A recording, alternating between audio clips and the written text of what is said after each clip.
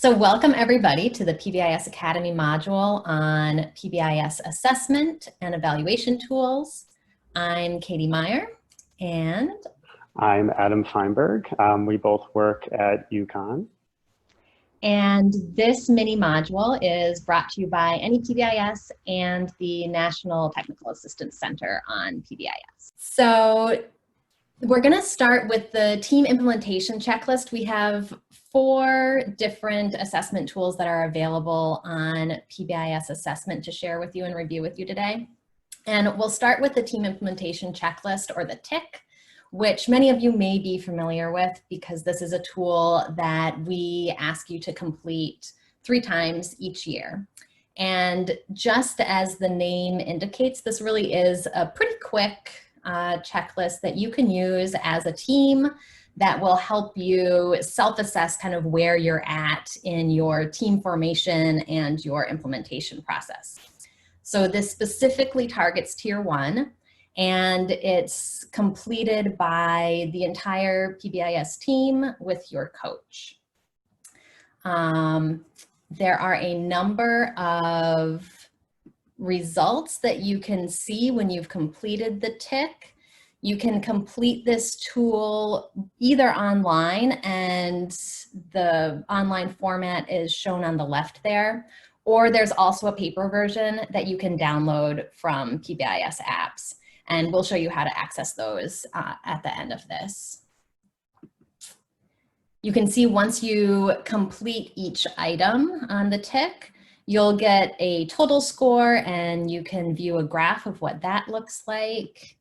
You will also get a subscale score that gets generated. So this allows you to see where your team is at with each of these different smaller elements that's covered in the TIC. And I think it's important to keep in mind that some of these subscales only have maybe 2 questions related to them, while others may have slightly more questions related or items related to them. So this gives a nice overview, I think, of sort of where you're at with each of those different elements of the TIC.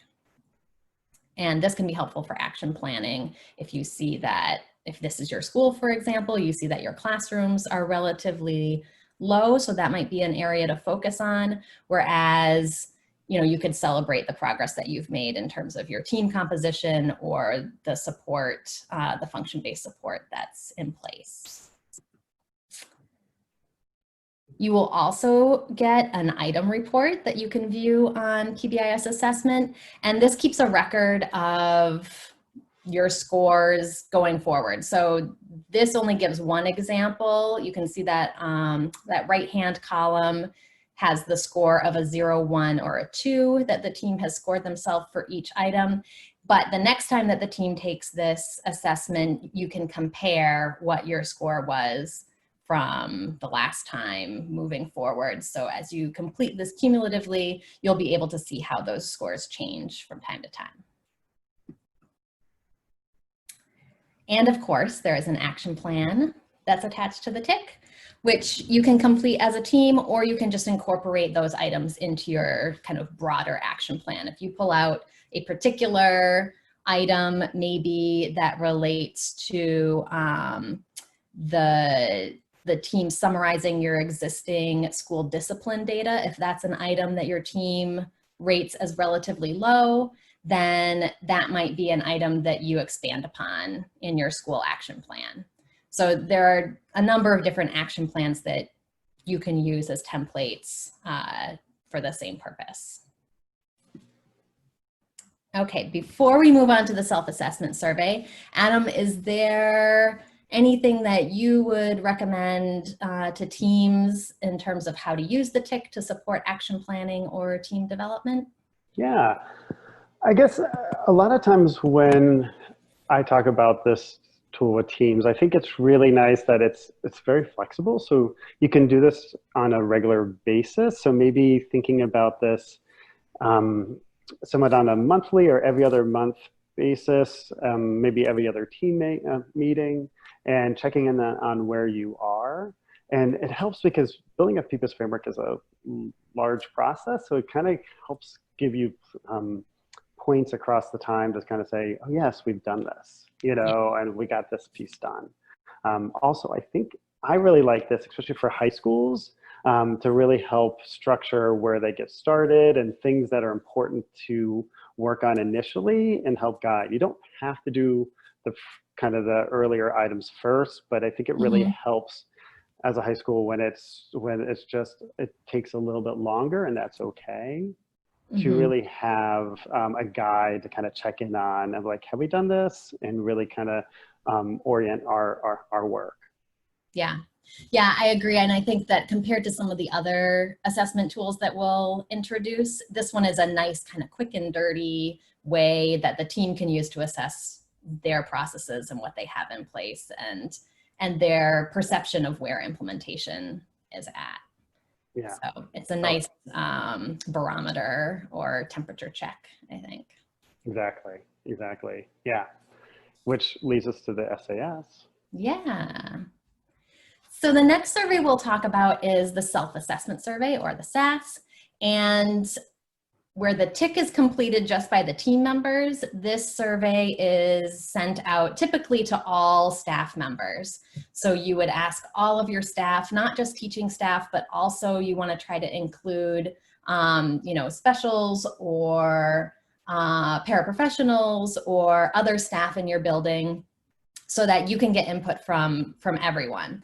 Ideally, you want to get an 80% response rate in order to be able to consider the results of this survey as reliable and representative of everybody. And this survey takes, it says 20 to 30 minutes here, but in my experience, and I don't know, Adam, if this is true to your experience as well, but I think oftentimes it takes a little bit, like 30 minutes or possibly a little bit longer. Yeah, I agree. I think in some ways, especially the first time that this is completed, sometimes it can take a little bit longer because maybe sometimes staff aren't used to thinking about those questions and some of the categories that we'll go over. Right. Yeah. Yeah. So plan, I would say, at least 30 minutes or maybe up to 45 minutes the first time that you have ask staff to complete this survey. So there are a couple different categories that are captured in this survey. There are 4 different categories. One is the school-wide system. So there are a number of items that relate to that. And here's a sample of them. And the way that this survey works is you can see on the left, there's a question about current status. So staff assess whether or not they think each of these items are either in place, partially in place, or not in place. And then along with that, they indicate the priority for improvement that they think that item is, whether it's high priority, medium, or low priority for improvement. So that provides, I think, an extra layer of feedback for teams to consider what's important to staff, which of these items are most important to staff. Katie, can I jump in here? Of course. So one thing that I think is helpful to communicate, and I'm sure you're about to say this, is that if it's helpful to communicate to the staff when they're completing this, that if they see that something is already in place, obviously, so they rate it as in place and not partial and not in place, but if something's actually in place, that they actually do not rate for the high, medium, or low need for improvement, so that you really get a good sense of like, of the things that are partial and not in place, which ones are really important for the staff. I see sometimes that people will say this is in place, but this is really high. They really feel like this is still something that we really need to think about, you know, and that can kind of confuse things. So, so yeah, main message, if it's in place, you know, you don't need to fill out the other side. Yes, thanks for jumping in and adding that. So the first section is the school-wide systems. There's also a section on non-classroom settings, classroom settings, and individual student supports.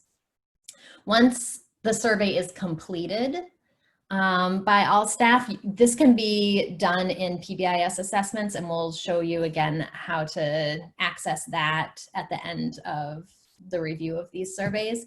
But once staff have entered all of their responses and the survey has closed, PBIS assessment will aggregate all of those data, and you'll get a graph as well as a color-coded summary of the responses that looks like this.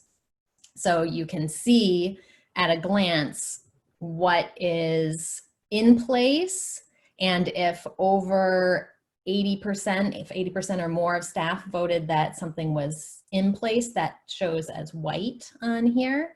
If it's partially in place, it shows up as yellow. If it's, primarily partially in place, which means that 50% up to 79% said that this was in place. That shows up as yellow. And then anything that was voted as less than 50% in place shows up as red. So don't be alarmed if you are a school that is at the very beginning of implementing PBIS, and this is the first time that your staff are completing this survey. You may see a lot of these items turn up in red because you're just starting to implement. So I just want to give that caveat to schools, because I've had schools react in some surprise when they've seen their results. Yeah, me too. But I think it can provide a nice overall picture of not just what staff perception is of what's in place, but also what is identified as priorities. Exactly. And I think that's very helpful when it comes to, especially when you are starting out, that you can help build buy-in by saying, you told us this. So I think that's really helpful at times. And sometimes the red can be daunting, but you can actually use that in a way to say, you told us this, so this is what we're going to be going forward with. Yes, definitely. This is just an example of how you may want to summarize your results from the SAS. So you'll see that this is organized in terms of what the overall perception is by those 4 different subcategories: school-wide, non-classroom, classroom, and individual student. And you can identify here what some of the priorities that were identified were. So that's just an example of how you might want to summarize the results for action planning. And before we jump into the tiered fidelity inventory, Adam, do you have any tips in terms of when or how teams might want to use the SAS?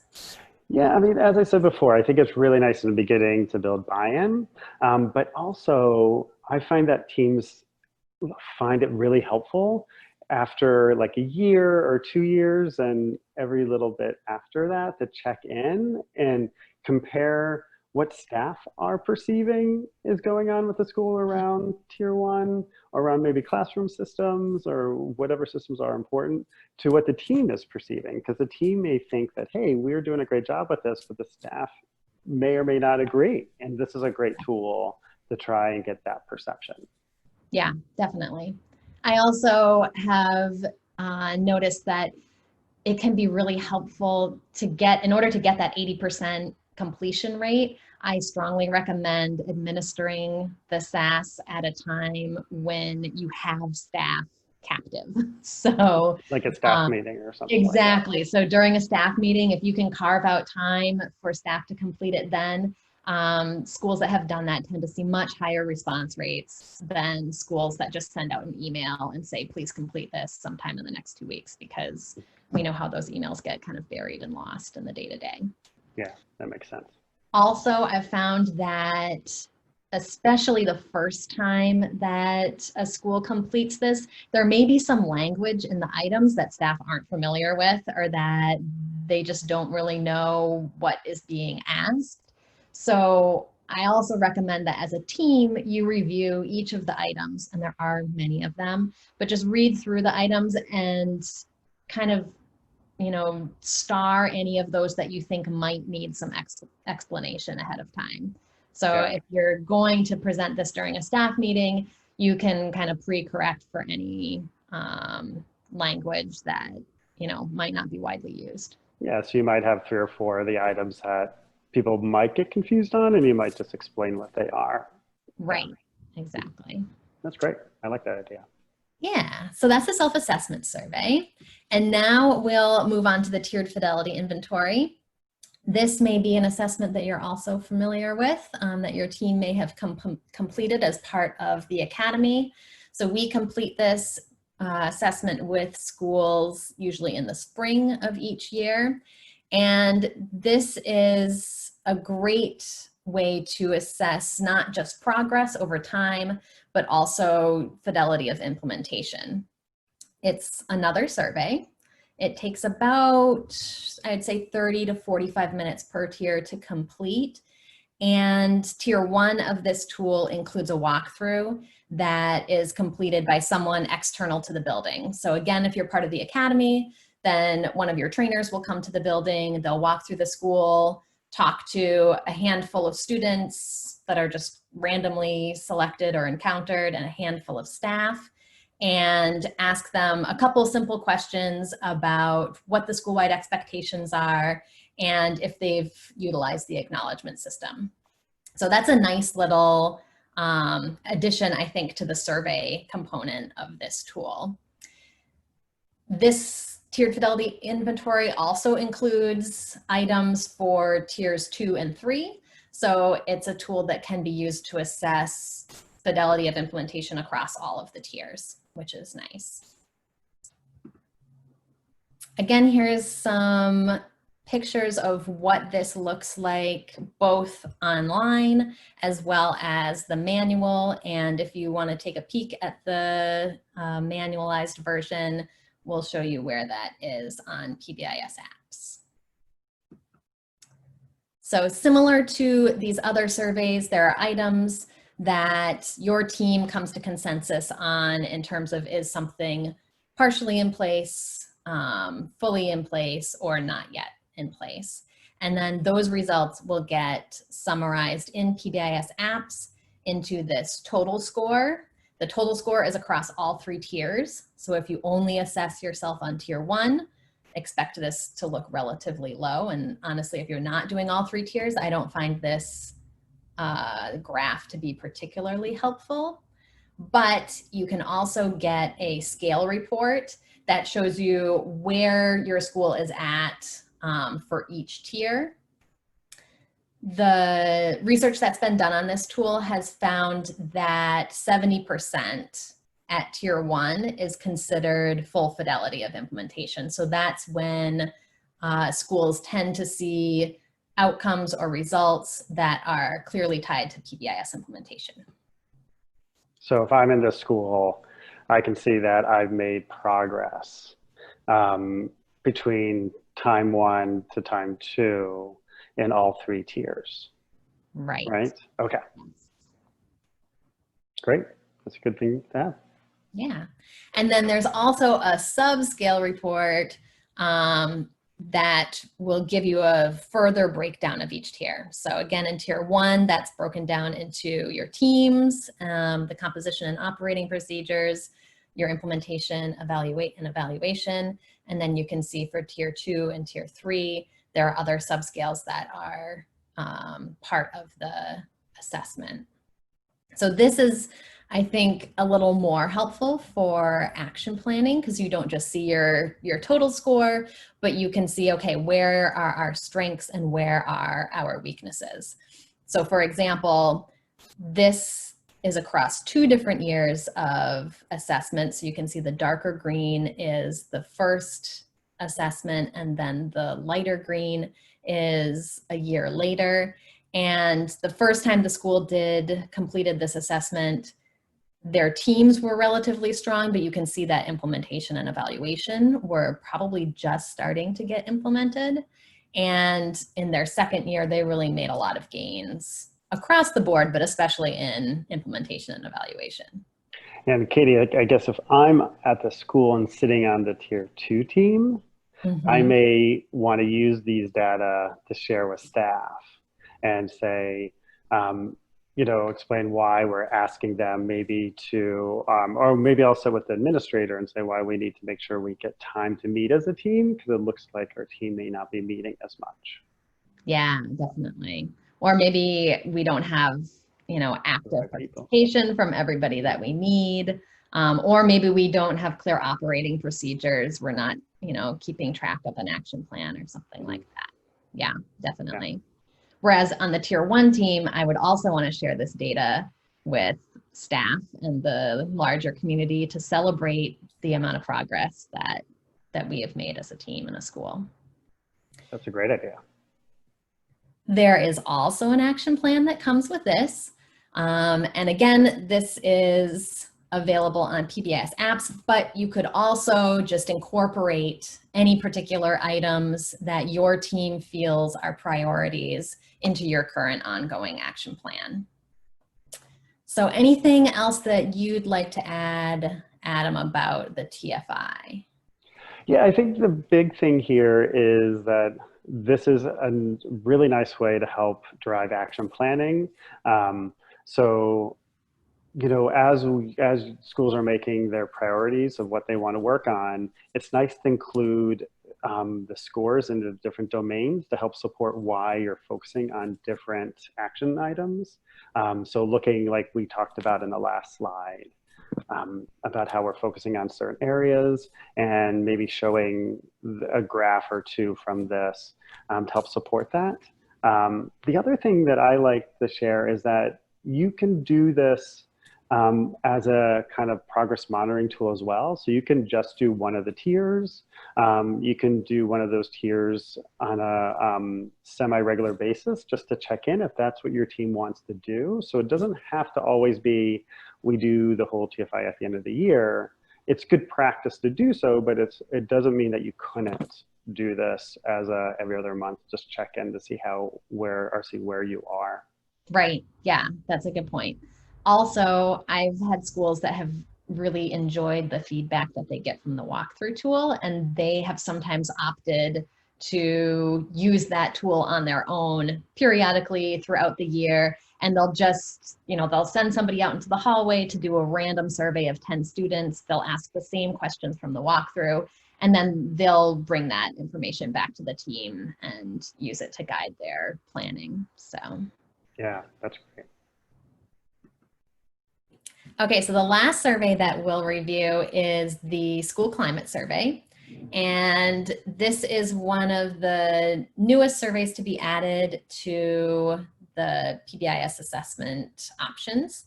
So this survey includes a version for students, for staff, and for families.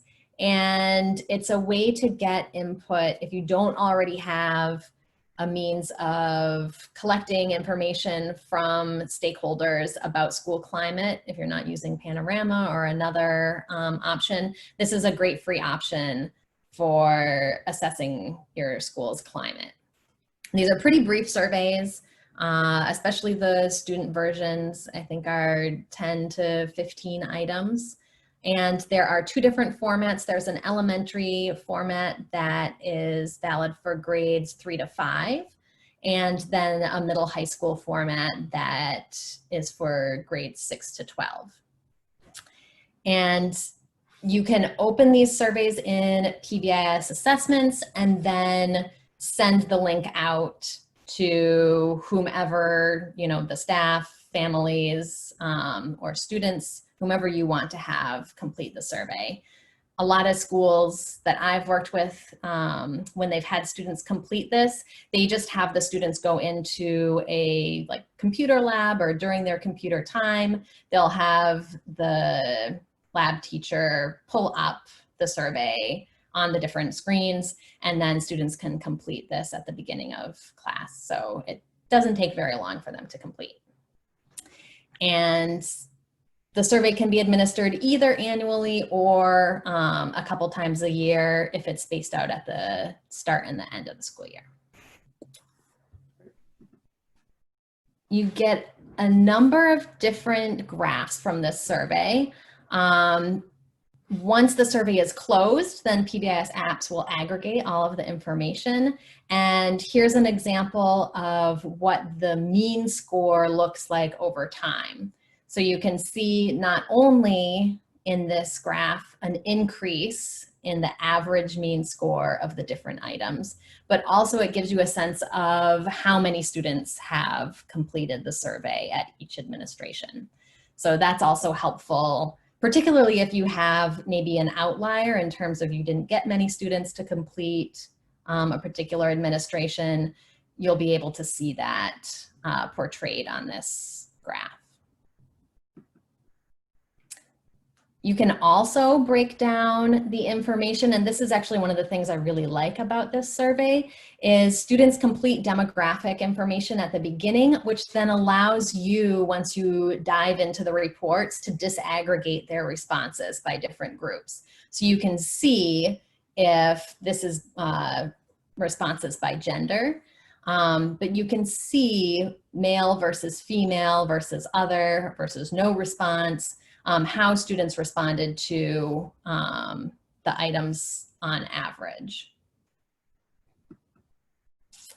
Here's another example. This is now the average score disaggregated by grade. So again, you can see that grade 6 only participated one time in the survey.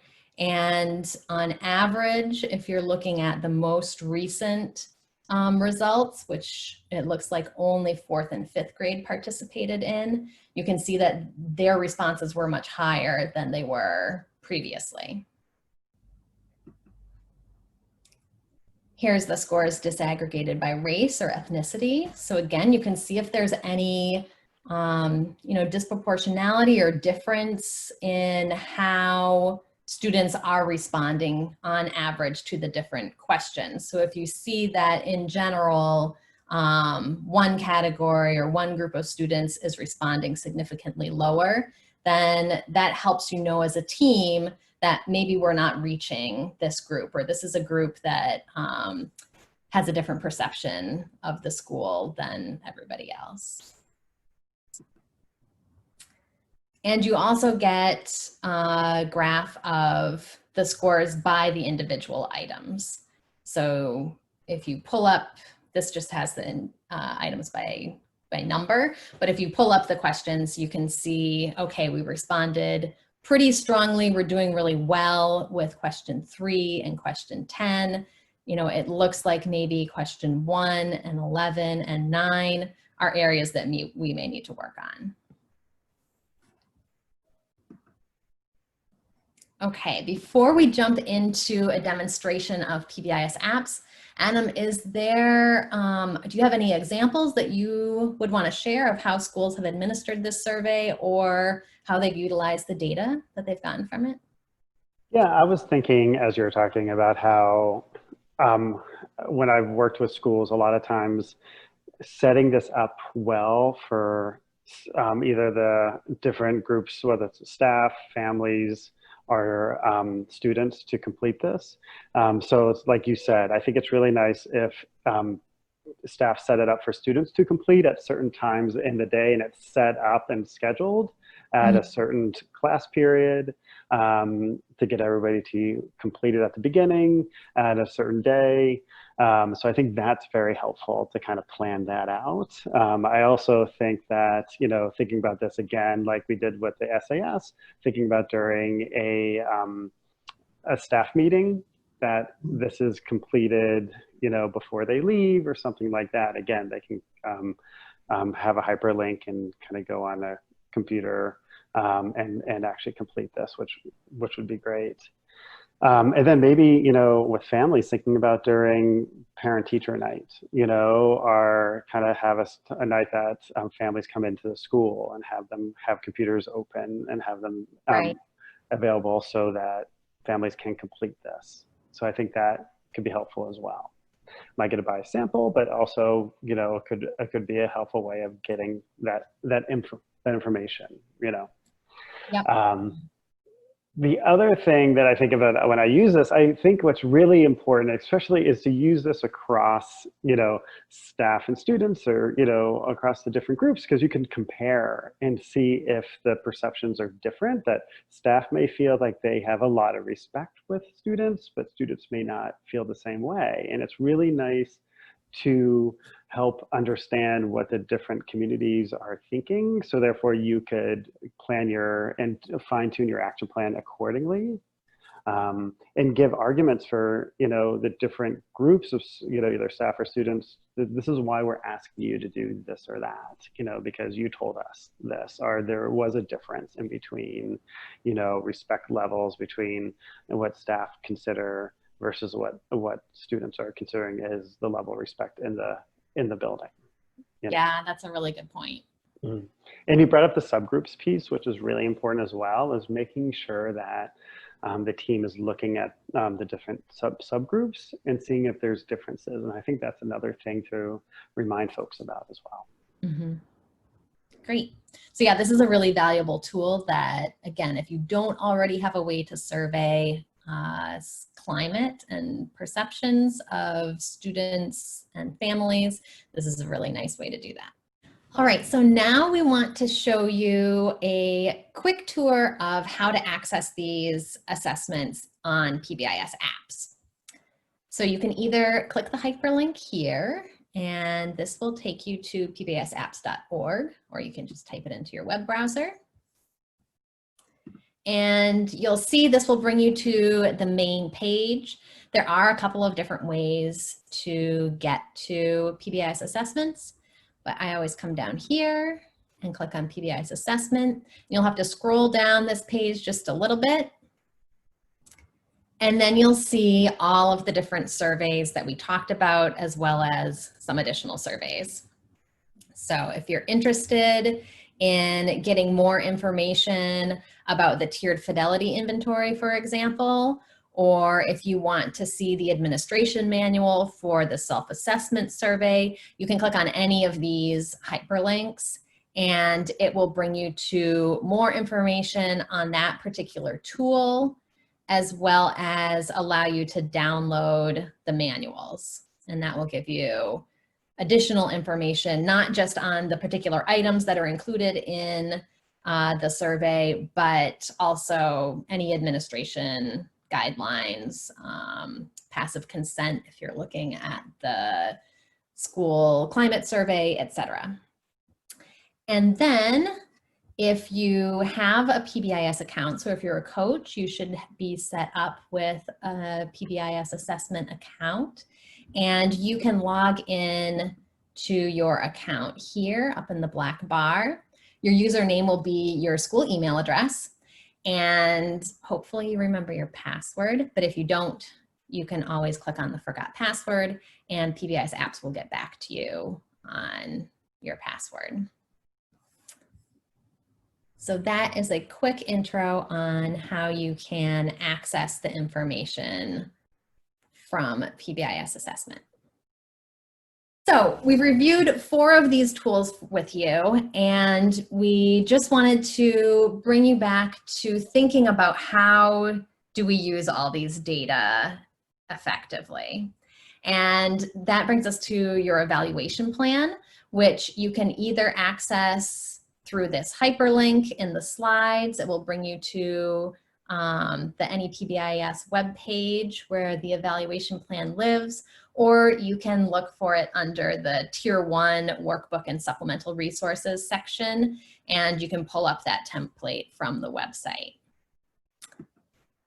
So as you consider these assessment tools that are available, also think about what you may already be using in your school or in your district to inform your action planning and your PBIS implementation. And we'd like you to develop an evaluation plan that maps out when you're going to conduct these different assessments throughout at least the next 12 months. Although if you want to plan ahead for like the next 2 years, go for it. Nothing wrong with that. So just think about, how do you want to assess fidelity of implementation of Tier 1, if you want to assess additional tiers as well, how you want to plan to incorporate the voice of staff, students, and family in your evaluation plan, and also think about, how you might want to share the results from these evaluations with the different stakeholders at your school and in your community. And remember that if you're part of the PBIS Academy, then we'll be asking you to complete the TIC 3 times a year, and we'll also be contacting you and supporting you in completing the TFI every spring. So you can kind of automatically plug that into your evaluation plan. And again, if you're planning out for subsequent years, feel free to automatically plug those in, even if maybe you're graduating from the academy. Those are good assessment habits to get into. And we encourage you to continue using them to inform your PBIS implementation process even after you're done with the academy.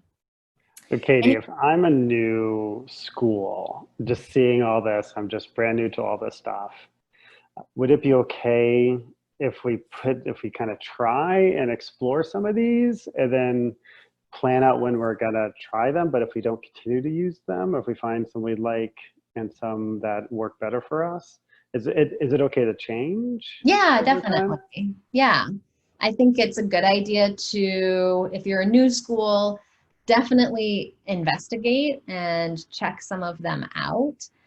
You may want to even kind of divvy up which tools different members of the team want to look into and kind of dig into a bit more. And then at a subsequent meeting, you know, come back together and talk about what you've discovered. And certainly if you decide to try one of these and you find that it doesn't work well, you can try something else the next year. But I would also say, think about what your goals are for implementation and what you've identified as outcome goals in your action plan, and pick tools that are going to help you measure your progress with those. So if you've already identified that as a team you want to be able to, you know, connect with families and engage with the community more and incorporate feedback from students and families in your PBIS implementation, then I think, you know, using the school climate survey is a great way to assess your progress with that. Yeah, I think looking at, like you said, your goals, you said, I really like that. I find that thinking about the purpose of the different tools and making sure you have something around fidelity, you know, making have something around staff perceptions, you know, are those types of categories are really going to help with driving the implementation of your plan, you know, either guiding or getting feedback, you know, I think that could be really helpful. Definitely. So I hope this has been informative for everybody. And if you have any questions, again, feel free to explore the resources at anypbis.org and pbisapps.org, as well as reach out to your trainers in the PBIS Academy. Great. Thank you. Thank you.